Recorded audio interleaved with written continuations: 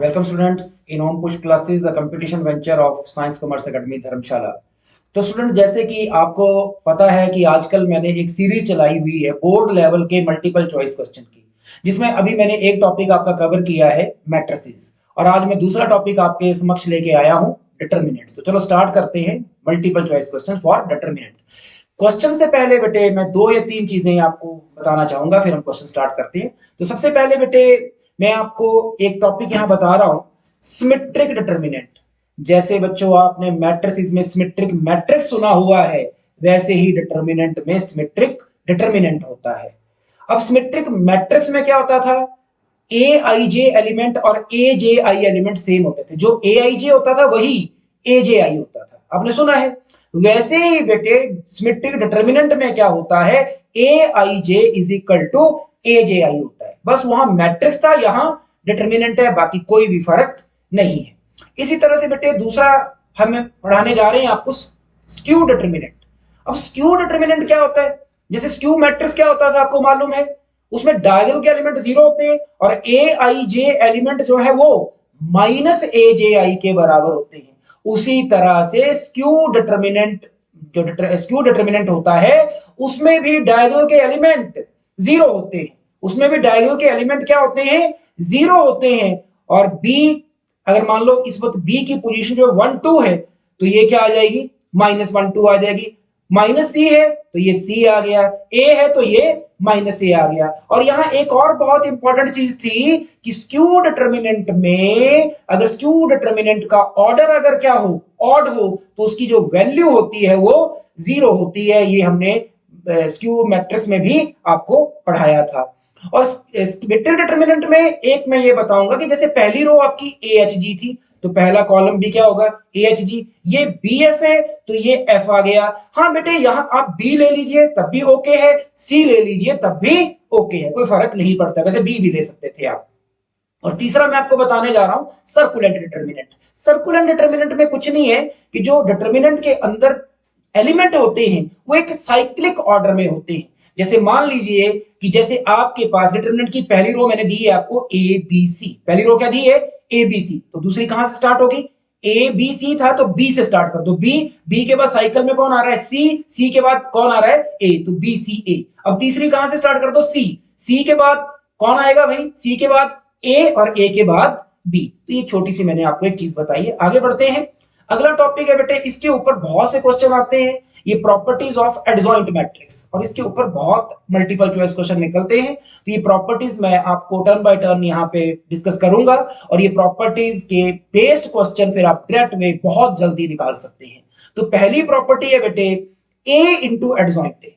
किसी मैट्रिक्स को अगर उसका एडजॉइंट मल्टीप्लाई करता है, या उल्टा एडजॉइंट ए को उसका मैट्रिक्स मल्टीप्लाई करता है। हालांकि आपको पता है कि मैट्रिक्स मल्टीप्लिकेशन कॉम्यूटेटिव नहीं होती है, पर ए इंटू एडजॉइंट ए निकालो या एडजॉइंट ए इंटू ए निकालो, आपका जो रिजल्ट आता है वो आता है डिटर्मिनेंट ए इंटू आई।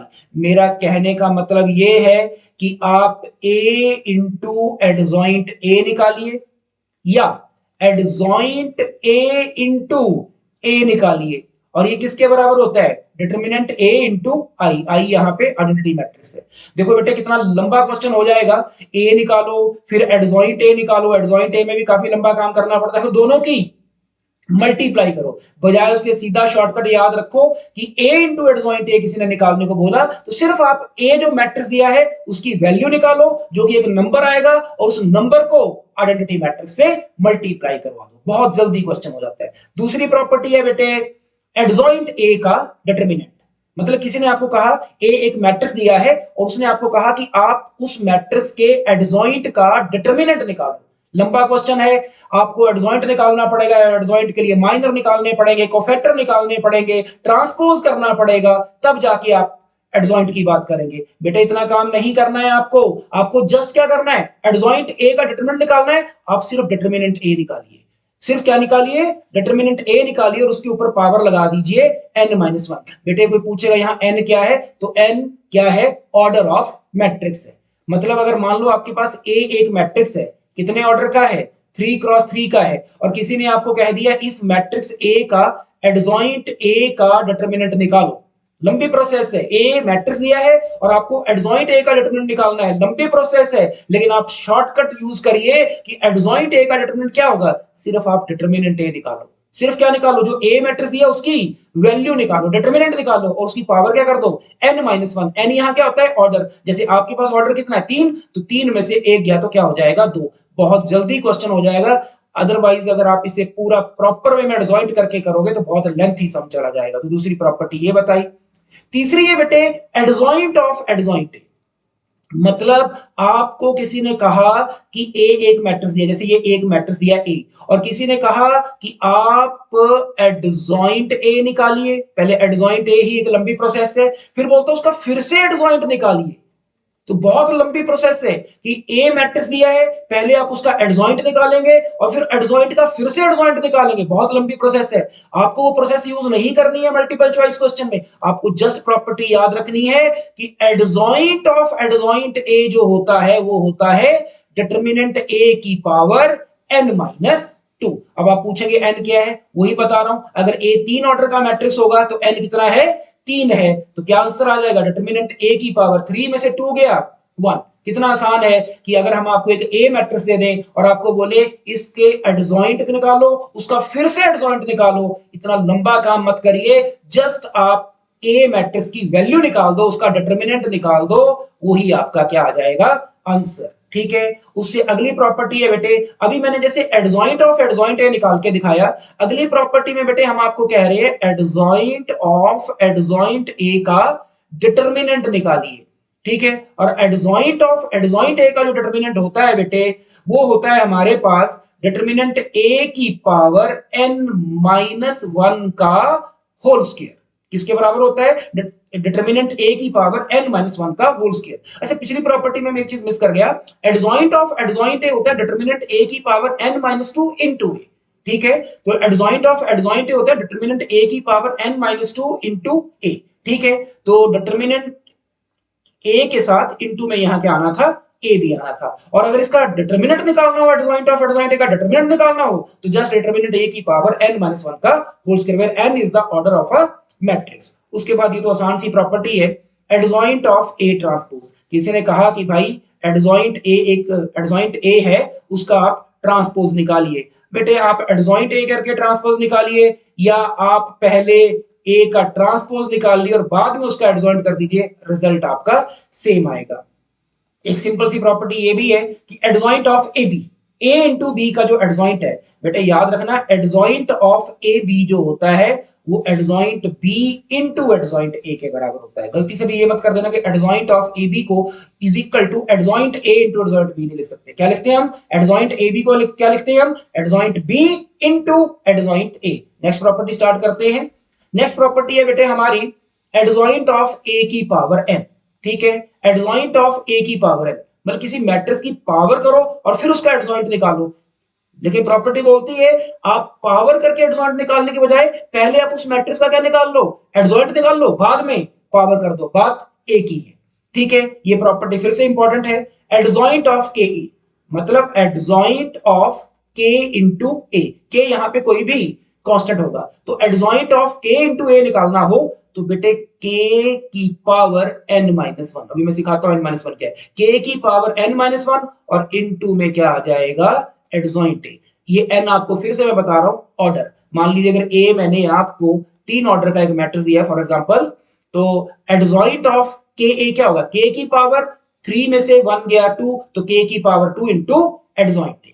ठीक है, उसके आगे तो बिल्कुल सिंपल प्रॉपर्टी है कि एडजॉइंट ऑफ जीरो, जीरो मतलब जीरो मैट्रिक्स, और जीरो मैट्रिक्स का जो एडजॉइंट होता है बेटे वो जीरो मैट्रिक्स ही होता है। उसी तरह से एडजॉइंट ऑफ आई एन, आई यहां मैट्रिक्स है ऑर्डर एन का, तो एडजॉइंट ऑफ आइडेंटिटी मैट्रिक्स जो है बेटे वो आइडेंटिटी मैट्रिक्स ही होता है। कल को कोई पूछेगा जीरो मैट्रिक्स उसका एडजॉइंट क्या होगा, जीरो मैट्रिक्स ही होगा। कल को कोई पूछेगा आइडेंटिटी मैट्रिक्स उसका एडजॉइंट क्या होगा, आइडेंटिटी मैट्रिक्स ही होगा, सेम मैट्रिक्स होगा।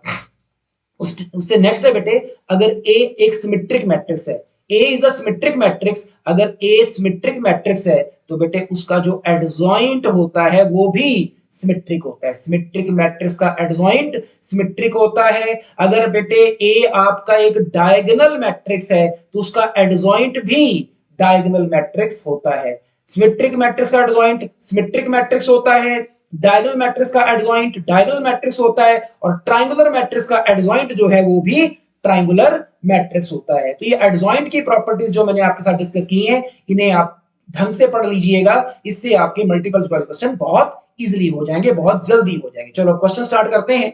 अभी पहला क्वेश्चन है बेटे, in how many ways the determinant of order 3 can be expanded. बेटे जैसे वो मुझे कह रहा है कि 3 ऑर्डर का एक डिटर्मिनेंट है। बेटे यहां मैं 3 ऑर्डर का एक डिटर्मिनेंट बना रहा हूं। डिटर्मिनेंट में एलिमेंट मैंने ऐसे लिख दिए, मान लो 1 2 3 4 5 6 7 8 और 9, और वो मुझे कह रहा है कि आप इस डिटर्मिनेंट को कितने तरीकों से एक्सपेंड कर सकते हैं। बेटे आपको डिटर्मिनेंट की डेफिनेशन में हमने आपको बताया है कि डिटर्मिनेंट को ऑपरेट करना हो, आप किससे ऑपरेट कर सकते हो। आपका दिल करता है तो आप पहली रो से ऑपरेट कर लो, आपका दिल करता है आप दूसरी रो से ऑपरेट कर लो, आपका दिल करता है आप तीसरी रो से ऑपरेट कर लो। चाहे आप इस डिटर्मिनेंट को पहली रो से ऑपरेट करिए, चाहे दूसरी रो से ऑपरेट करिए, चाहे तीसरी रो से ऑपरेट करिए, इसका आंसर सेम आएगा। इसी तरह से अगर आपका दिल करता है तो आप इस डिटर्मिनेंट को पहले कॉलम से भी ऑपरेट कर सकते हो, आपका दिल करता है तो आप इस डिटर्मिनेंट को दूसरे कॉलम से भी ऑपरेट कर सकते हो, और आपका दिल करता है तो आप इस डिटर्मिनेंट को तीसरे कॉलम से भी ऑपरेट कर सकते हो। बेटे एक डिटर्मिनेंट है 3 ऑर्डर का, उसे चाहे पहली रो से ऑपरेट करिए, चाहे दूसरी से करिए, चाहे तीसरी रो से करिए, चाहे पहले कॉलम से करिए, चाहे दूसरे कॉलम से करिए, चाहे तीसरे कॉलम से करिए, आंसर क्या आता है, सेम आता है। सभी से जिससे भी सॉल्व करेंगे आंसर क्या आएगा, सेम आएगा। तो बेटे मैंने आपसे क्या पूछा था कि 3 ऑर्डर का एक डिटर्मिनेंट है, उसे एक्सपेंड करना है, कितने तरीके हैं।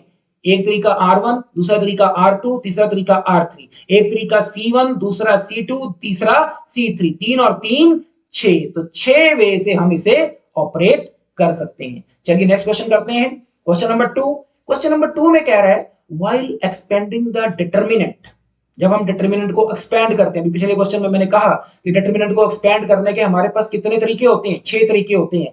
अभी अगले क्वेश्चन में मैं कह रहा हूं कि अगर आपने एक डिटर्मिनेंट को एक्सपेंड करना है तो बोलते हैं इंस्टेड ऑफ मल्टीप्लाइंग -1 की power i plus j, we can multiply by plus और minus according as i plus j is. देखो बेटे जब डिटर्मिनेंट को आप ऑपरेट करते हो तो आपको सिखाया होता है हमने कि प्लस माइनस प्लस के साइन लगाए जाते हैं। तो बेटे यहाँ ये कह रहा है, क्या कह रहा है कि जब डिटर्मिनेंट को हम ऑपरेट करते हैं तो हम ऑपरेट करती बार -1 की power i plus J use ना करें, और इसकी जगह अगर हमने क्या साइन यूज करना हो, प्लस का साइन यूज करना हो, मतलब +1 यूज करना हो, या क्या यूज करना हो, -1 यूज करना हो, तो आपको ऑप्शन दिए हमने। बेटे सिंपल सी बात है, -1 की पावर i प्लस जे में, अब आपको i प्लस जे के बारे में पूछ रहा है कि i प्लस जे क्या होगा। -1 की पावर i प्लस जे को अगर आप 1 बनाना चाहते हैं तो बेटे i प्लस जे आपका कैसा होना चाहिए, इवन।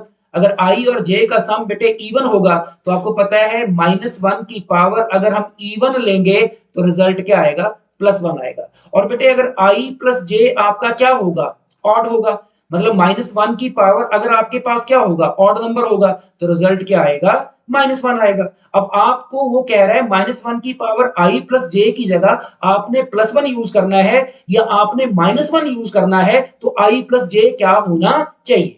तो हमने ये सिखाया अगर आपने +1 यूज करना है तो i प्लस जे क्या होना चाहिए, इवन होना चाहिए, और अगर आपने माइनस यूज करना है तो i प्लस जे क्या होना चाहिए, ऑड होना चाहिए। तो आपकी ऑप्शन आ रही है इवन और ऑड, और इवन और ऑड आपकी कौन सी ऑप्शन है, बी ऑप्शन है।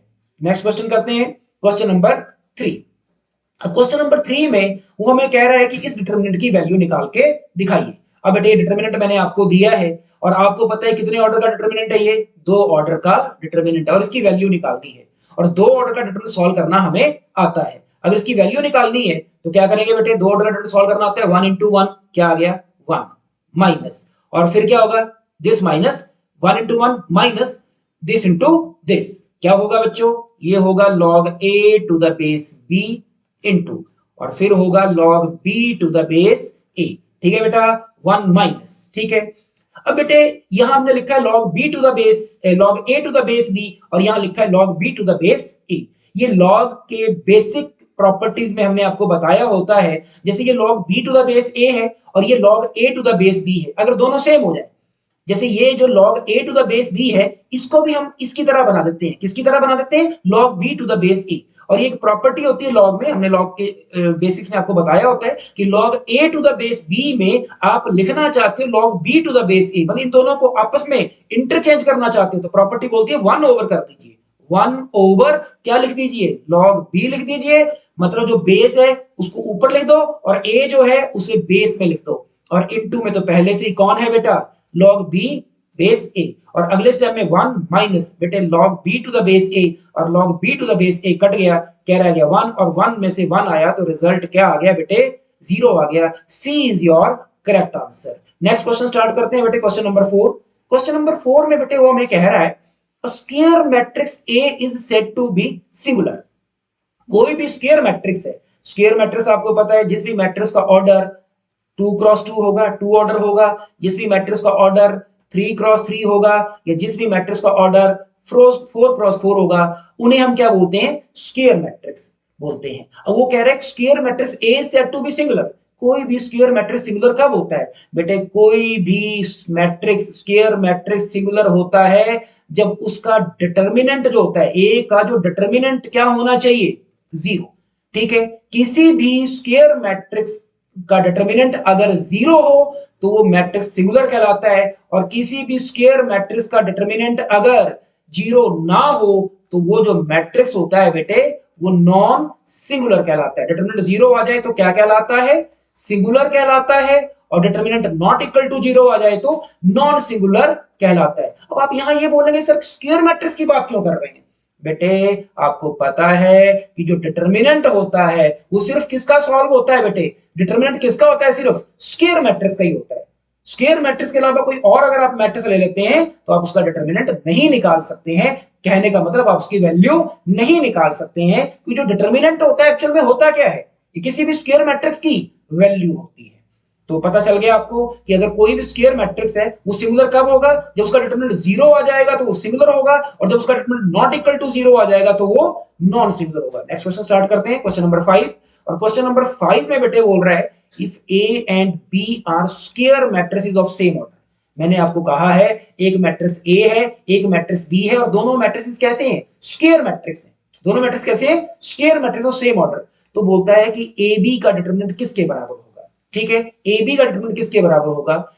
तो बेटे याद रखना कि a इंटू बी का जो डिटरमिनेंट होता है उसे आप determinant a into determinant b में लिख सकते हैं। ये रिजल्ट आगे यूज होगा, कहीं आगे क्वेश्चंस में भी मैं इसको यूज करूंगा। ए बी का determinant not equal to determinant A, ये नहीं, ये बाकी ऑप्शन सारी रॉन्ग है। यहाँ पे याद रखिएगा ए इंटू बी का डिटरमिनेंट किसके बराबर होता है? Determinant A into determinant B. Simple concept था ये। नेक्स्ट क्वेश्चन स्टार्ट करते हैं, क्वेश्चन नंबर 6। क्वेश्चन नंबर 6 में कह रहा है if A is non singular square matrix of order n. क्या कहा हमने? ए एक नॉन सिंगुलर स्क्वायर मैट्रिक्स है। बेटे जब मैंने आपको ये कहा कि ए एक नॉन सिंगुलर मैट्रिक्स है, और अभी थोड़ी देर पहले मैंने आपको बताया कि अगर कोई मैट्रिक्स नॉन सिंगुलर हो तो उसका जो डिटरमिनेंट होता है बच्चों वो 0 के बराबर नहीं होता। ये मतलब है इसका। तो वो कह रहा है a is non singular matrix of order n, n कुछ भी हो सकता है यहाँ। तो आपको क्या निकालना है बेटे? उस मैट्रिक्स का, उस ए मैट्रिक्स का क्या निकालना है आपको? एडजॉइंट ए निकालना है, और उसका फिर क्या करना है? डिटरमिनेंट। डायरेक्ट प्रॉपर्टी है बेटे यहाँ पे, ये न्यूमेरिकल क्वेश्चन नहीं है। न्यूमेरिकल क्वेश्चन में थोड़ा काम करना पड़ना था। डायरेक्ट प्रॉपर्टी है कि एक नॉन सिंगुलर स्क्वायर मैट्रिक्स है, उसके एडजॉइंट ए का डिटरमिनेंट बताओ, और एडजॉइंट ए का डिटरमिनेंट किसके बराबर होता है बेटे? डिटरमिनेंट ए की पावर n-1। मैंने स्टार्टिंग में आपको ये प्रॉपर्टीज बताई है, तो आपकी ए ऑप्शन ठीक गई है, डिटरमिनेंट ए की power n-1। Next question start करते हैं बेटे, क्वेश्चन नंबर 7। क्वेश्चन नंबर 7 है बेटे, क्वेश्चन नंबर 7 में है if A is invertible matrix of order 2। बेटे ए मैंने आपको एक इनवर्टिबल मैट्रिक्स दिया है जिसका ऑर्डर कितना है? 2 है। तो हमें बोल रहा है then determinant of A inverse किसके बराबर होगा? इंपॉर्टेंट क्वेश्चन है, ठीक है।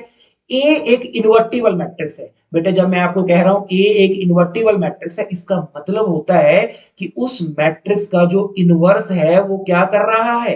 एग्जिस्ट कर रहा है। और बेटे अगर किसी मैट्रिक्स का इनवर्स एग्जिस्ट कर रहा है, मान लो ए का इनवर्स एग्जिस्ट कर रहा है, उसको मैंने ए इनवर्स ही मान लिया, तो वहां से एक रिजल्ट होता है ए इंटू ए इनवर्स लिखो, या बेटे आप ए इनवर्स इंटू ए लिखो और ये किसके बराबर आ जाएगा, आई के बराबर। और आई यहां किसको स्टैंड करता है, आइडेंटिटी मैट्रिक्स को। ठीक है जी। तो ए अगर एक इन्वर्टिबल मैट्रिक्स है तो उसका इनवर्स एग्जिस्ट कर रहा है। ए का इनवर्स मैंने ए इनवर्स मान लिया और इसकी डेफिनेशन होती है कि ए इंटू ए इनवर्स करो या ए इनवर्स इंटू ए करो, दोनों आई के बराबर होते हैं। आप बोले सर मैट्रिसेस मल्टीप्लाई कॉम्पिटिटिव नहीं होती है, आपने कैसे लिख दिया? हमेशा नहीं होती है, इस केस में होगी। ठीक है। तो ए इंटू ए इनवर्स या ए इनवर्स ए इंटू आई के बराबर है। और हमें क्या निकालना है बेटे, हमें निकालना है ए इनवर्स का डिटर्मिनेंट निकालना है। तो बेटे अगर ए इन्वर्टिबल है तो यहां से मुझे ये रिजल्ट मिला कि ए इंटू ए इनवर्स किसके बराबर है, आई के बराबर। ये वाला मैंने रिजल्ट ले लिया आपका।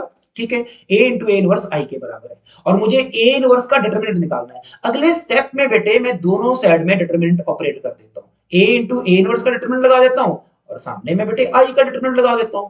अभी पिछले क्वेश्चन में मैंने आपको कहा है कि ए इंटू बी का डिटर्मिनेंट किसके बराबर होता है, डिटर्मिनेंट ए इंटू डिटर्मिनेंट बी। तो ए इंटू ए इनवर्स का डिटर्मिनेंट क्या होगा बेटे, determinant A into determinant A inverse. और आई का डिटर्मिनेंट, आई क्या होता है, आइडेंटिटी मैट्रिक्स होता है। और आइडेंटिटी मैट्रिक्स का डिटर्मिनेंट मतलब आइडेंटिटी मैट्रिक्स की वैल्यू हमेशा क्या होती है बच्चों, 1 के बराबर होती है। और यहां से जब मैं आगे बढ़ूंगा बेटे तो ए इनवर्स का डिटर्मिनेंट मैंने अपने पास रखा और ये डिटर्मिनेंट ए को मैंने सामने शिफ्ट कर दिया। तो क्या आ जाएगा बेटा, ये 1 ओवर डिटर्मिनेंट ए।